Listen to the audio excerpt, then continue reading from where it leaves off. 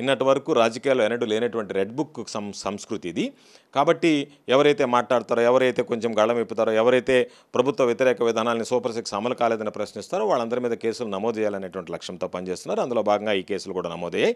వేటికి కూడా భయపడి ఉండదు. కేసులకి, అరెస్టులకి, జైలుకి భయపడేటువంటి వ్యక్తులం కాదు. వైఎస్ఆర్ కాంగ్రెస్ పార్టీ ప్రభుత్వం పక్షాన్ని గట్టిగా నిలబడతాం. మరలా మా నాయకుడు తిరిగి జగన్మోహన్ రెడ్డి గారిని ముఖ్యమంత్రిని చేసుకోవడమే మా లక్ష్యంగా పనిచేస్తాం తప్ప మా లక్ష్యం నుంచి ఇటువంటివి ఏవి కూడా మమ్మల్ని భయపెట్టలేవు.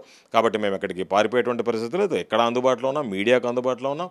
ఈరోజు పొద్దుటి నుంచి వచ్చినటువంటి ఛానల్స్ అందరూ కూడా ఇంటర్వ్యూ ఇస్తున్నాం. కాబట్టి వీటికి భయపడేటువంటి ప్రసక్తి ఉండదు. ప్రధానంగా కూడా కూటమి వైఫల్యాలను ఎండగడుతున్నందుకే ఈ తరహా కేసులు అనుకోవచ్చా? అంతే. కూటమిని ప్రశ్నించకూడదు, చంద్రబాబు నాయుడు ప్రజా వ్యతిరేక విధానాల మీద మాట్లాడకూడదు, చంద్రబాబు నాయుడు ఏమి చేసినా బాగుంది అని చెప్పాలి తప్ప బాగలేదని విమర్శించకూడదు. ఎవరైనా విమర్శిస్తే వాళ్ళందరినీ మేము అరెస్ట్ చేస్తాం, లోపలేస్తాం, టెర్రరైజ్ చేస్తాం, మీరు మా గురించి మాట్లాడదు అంటే ఒక అణగదొక్కేటువంటి వైఖరిని తీసుకొస్తున్నారు. ఇది సరైనటువంటి పద్ధతి కాదు. కాబట్టి వీటిని ధైర్యంగా సమర్థవంతంగా ఎదుర్కోగలం.